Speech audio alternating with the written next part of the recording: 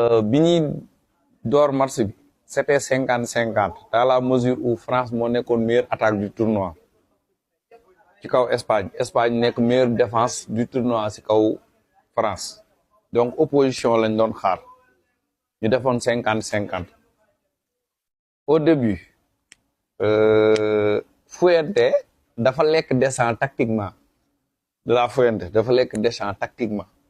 avant ce match Fuente musul ñàkk compétition grande échelle muy euro ak mondial bi sur 13 matchs musul ñàkk ñu bëri bàyyiwuñ ko xel parce que France lañ gënoon bàyyi xel France moo bokkoon poule ak Sénégal France moo gënoon bëri bruit alors que l'Espagne mi ngi doon joob si suuf di ñëw ñi bàyyiwuñ ko xel parce que keroog def naa ci ñoom vidéo ne leen buñ demee aduna dox ba Espagne ñu naan meilleure défense benn bii la encaissé c'est autre chose bàyyiwuñ woon xel systématiquement comment procède Fuente classe dañu ñëw tak c'était à l'image de la tactique du Sénégal face à la France Espagne dafa ñëw couper transition yi nëbbu Mbappé ak paskat yi yaa ngi may dégg bu baax nëbbu Mbappé ak paskat bi erreur bi Deschamps def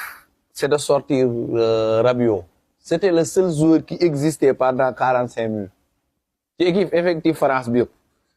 Rabiot mooy joueur le seul joueur français qui existait Rabiot keneen existé wu Tchouaméni revenait de blessure parce que ñun dañ doon xaar mu indi Manu Koné mais dafa indi Tchouaméni mu bett ñu mais comme Tchouaméni joueur de qualité dañ ne woon peut-être mën na ko gérer Espagnols yi lekk leen sur tous les plans benn yoon mooy fait de jeu xam nga dans un match tactique entre deux coachs fait de jeu mooy décanter match bi fait de jeu bi mooy penalty bi Lucas Digne bet kile def na penalty ci Yamal penalty bi am la dans l'action Mbappé a essayé d'être un bon capitaine influencé arbitre bi naan ko loxo bi arbitre na ko jóge fi xam nga naan ay penalty jóge fi ñëpp ñu ngi gis bu nga jóge fi mu jóge ñu teg penalty bi dóor ko mais après le fait de jeu yow mi mu impacté négativement mooy ki subir penalty bi ak ki am penalty bi dafa am nu ngeen war a comporté woo de la Fuente bi penalty bi duggee ba pare dafa gën a pincer match bi mooy gën koo xatloo gën a indi densité au milieu du terrain France bëgg a élargir comme ni mu defoon Sénégal xam nga Olise dafa ñëw di débarquer si milieu terrain bi di wut si bal bi pour def passe Mbappé di dézoné di nax gaay di jóge fële di ñëw Mbappé dafa dézoné Olise dézoné mais Olise le garaaw mooy que Olise bu dézoné Cucurella da koy fekk foofu Olise bu demee deuxième étage Cucurella fekk ko foofu koj ko si escalier bi koj ko si ascenseur fu mu tourné dajeeg moom ba ne ko réel jël carton fu Olise day dajeeg Cucurella même bu demee ba quatrième étage buun Cucurella day jógee Kër Massar fekk ko foofu première bi deuxième bi Mbappé bu dézoné Cubarsí da koy topp ba tey la ak Rodri di taxaw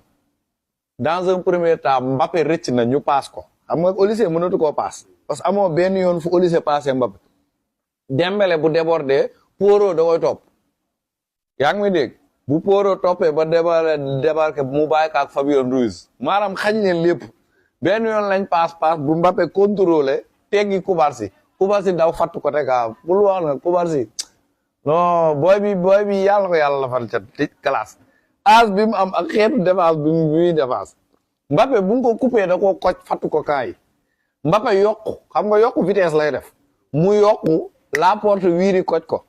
Mbappé yokkaat bi muy sigi fekk kaay sori na dañ mel ni maanaam vague buy génnee dara xam nga booy lab si géej ndox bi ne lay aspiré dooj bàyyi xel maanaam Cubarsí da ko fatt kateka tak Mbappé contrôle extérieur taf mu yokk mu newaat taf dajeeg Laporte newaat taf génn sans wu kaay amatul benn yoon fu mu mën a jegee kaay bi mu sigee xam naa mi naan si xelam booy bi mooy mbaam yaa ngi dégg léegi biñ demee noonu mi-temps Espagne mën a 1-0 France ñëwaat Deschamps erreur bi mu def bi mu génnewee Rabiot Manu Koné lay indi Tchouaméni lu dul sigi xool écran yi mënatu ko woon si match parce que il était dépassé tactiquement et physiquement Manu Koné day kërti gën a indi champ pendant ce temps Rodri élève le niveau de jeu bi classe c'est le résistant par excellence Rodri allahu akbar tey la mérité woon ballon d'or classe tey sama xol bi damay seetaan Espagne di booba sama xol bi sedd musuma supporter Espagne mais tey sama xol dafa sedd tactiquement dont ils se sont occupés des Français may ñu leen espace yaa ngi dégg Yamal day creuser ubbi match bi tas Français yi ñu bañ a nekk en bloc di football ba Olmo créé li muy créé Poro dugal mais classe Unai Simons lecture de jeu bi mu am France maanaam fu mu rëccee ba war a dugal même bu teggee Kubarsi Mbappé même bu rawee Kubarsi bu tourné day daje Unai Simons mooy action boobu Simons di génn mooy loolu mooy ngan di góol ci compétition. Cette Espagne elle est redoutable comme ni ma ko doon waxee Espagne dañ ko xamee woon jeu de possession mais kii il est capable de te donner la balle tey Espagne lu mu fournir si effort 50,nangam% si statistique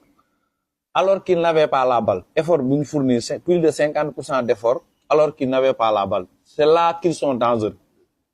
te ils savent jouer sur les ailes Yamal techniquement Alex Baena physiquement parce que Baena day replier wu dimbali Cucurella te Cucurella koy romb di santan